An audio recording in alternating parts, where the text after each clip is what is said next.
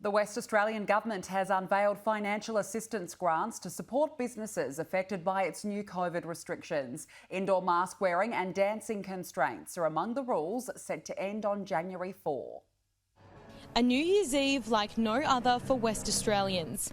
Music events cancelled, nightclubs closed and dancing banned. And thankfully, by reacting quickly, Western Australia is on top of this latest outbreak, which means we are avoiding the chaotic scenes and economic devastation we are seeing over East.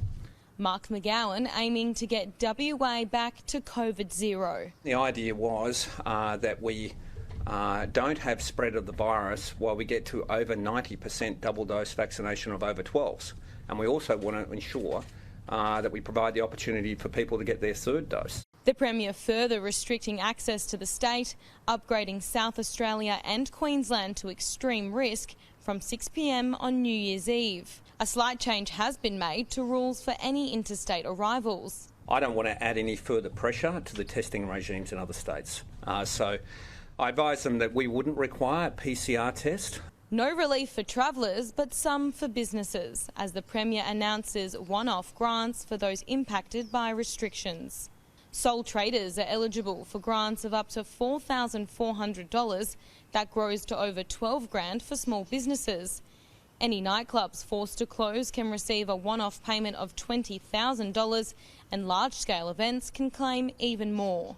This dedicated support program will support 75% of box office loss for cancelled events, capped at $150,000. However, consideration will be given for larger events to be exempt from the cap on a case-by-case basis. Mark McGowan has agreed to National Cabinet's definition change for close contacts and says WA will follow other states' move away from PCR testing. But not yet. WA has agreed in principle with the changes to testing and close contacts.